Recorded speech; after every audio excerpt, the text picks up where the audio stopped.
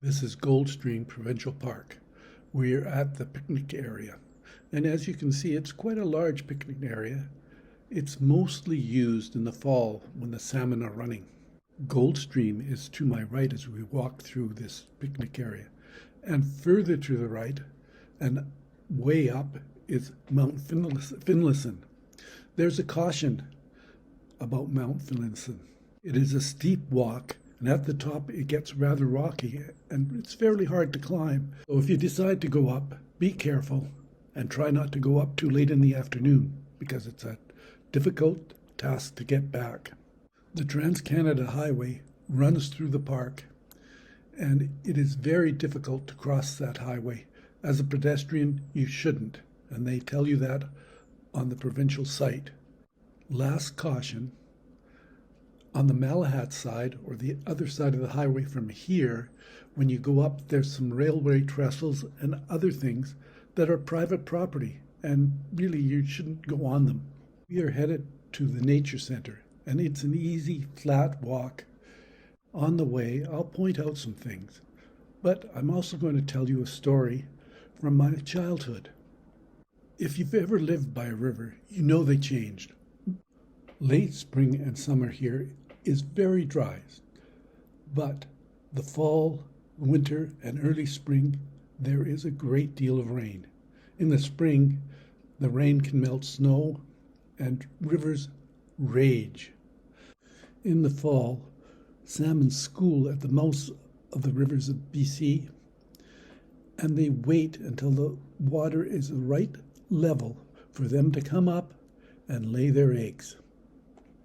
For 3 years, my family used to live on the bank of a river.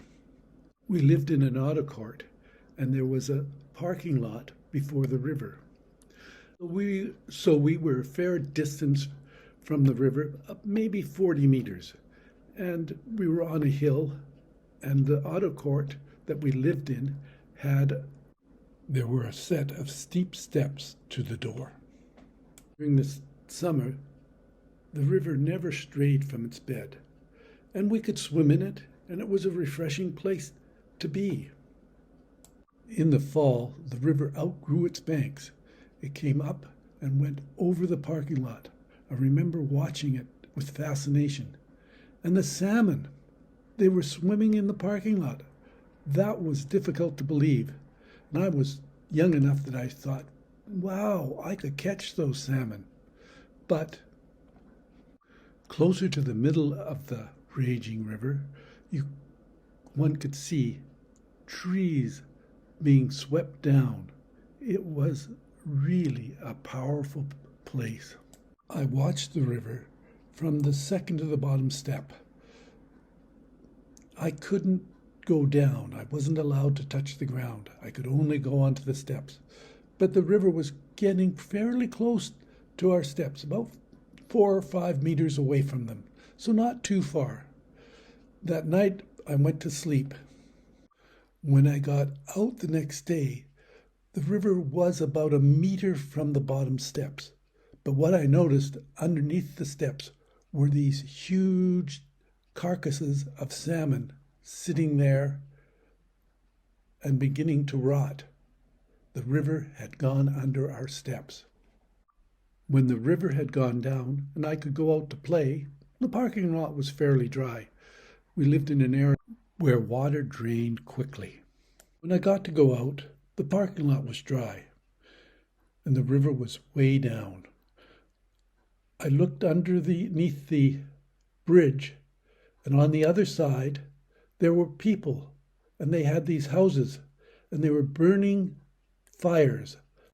I watched them from my side of the bridge, but I was forbidden to go to the road and cross the bridge. So I asked Mum what they were doing, and Mum told me that they were smoking salmon. Rivers were and still are an abundant food source for the Indigenous people of BC. When I lived in Bella Coola, in the springtime, around June, the girls in grade 4 and up would disappear from the school, and some of the boys too, but they were grade 6, grade 7. And the reason why they disappeared is because the ooligan were running.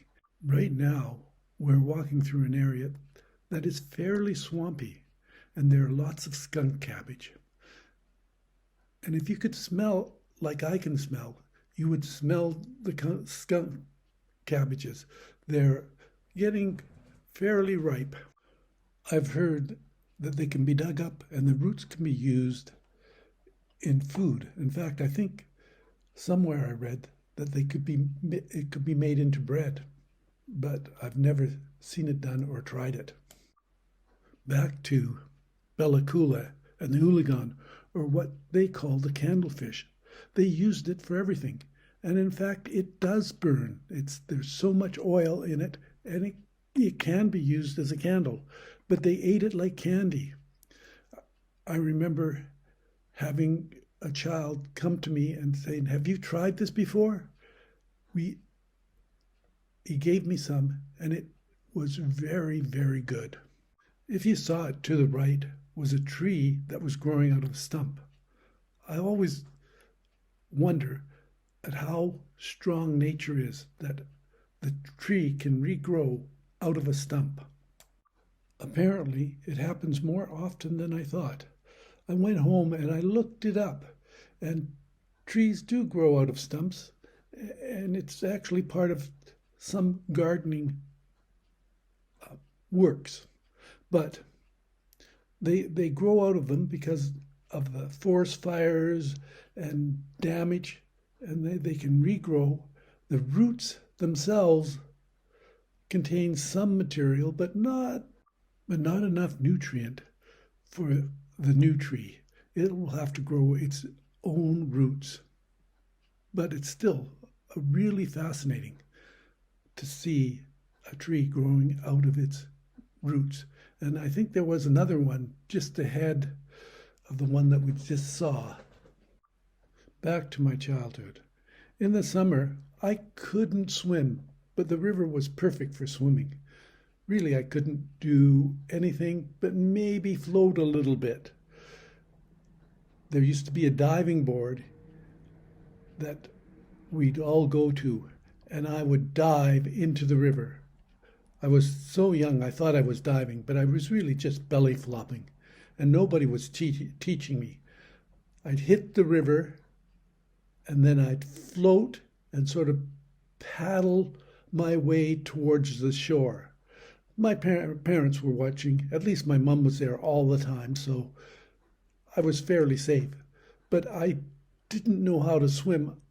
The river moved me quickly enough to the shore that really I didn't even lose my breath.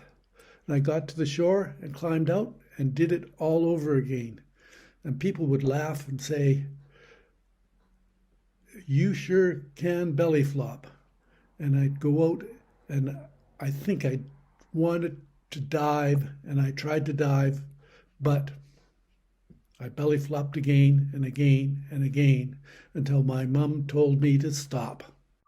Like diving, I really did think I could swim, but I learned I couldn't when we moved later to a place where we went swimming in a lake, and basically it was the river's current that made me feel like I could swim. In the lake, I just sank. That tunnel you see isn't really part of the Goldstream. It's a contributory or tributary to Goldstream. But you can cross underneath the highway and go see Niagara Falls. Not the real Niagara Falls, but the Niagara Falls around here. And in the summertime, it's a great place to go because there's a good pool there and it's always cool. So if you're really hot, it's a great place to go.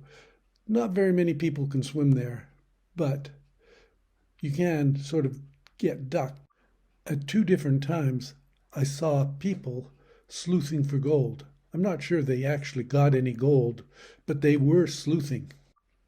The highway noise in this park is always high. If you look up to your left, I think you'll see the cars going by.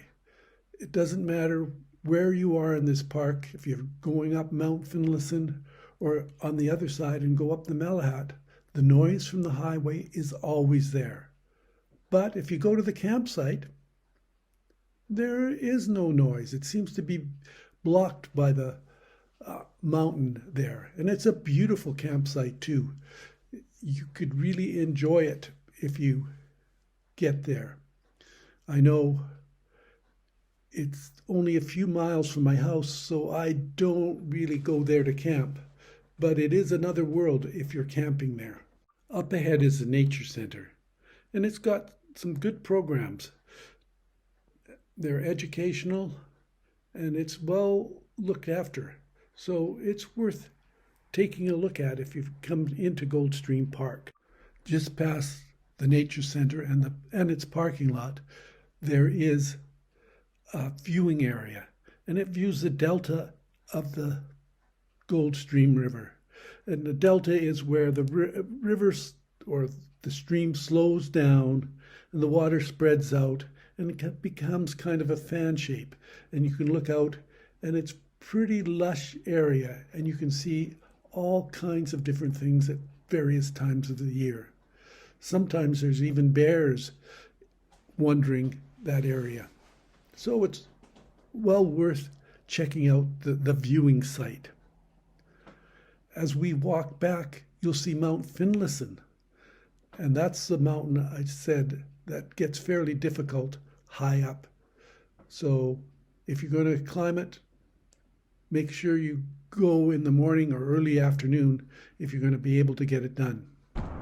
I've been lost on Mount Finlayson and ended up going over one side and not falling, but going to the other side of it and finding a road and having to walk back to where we lived.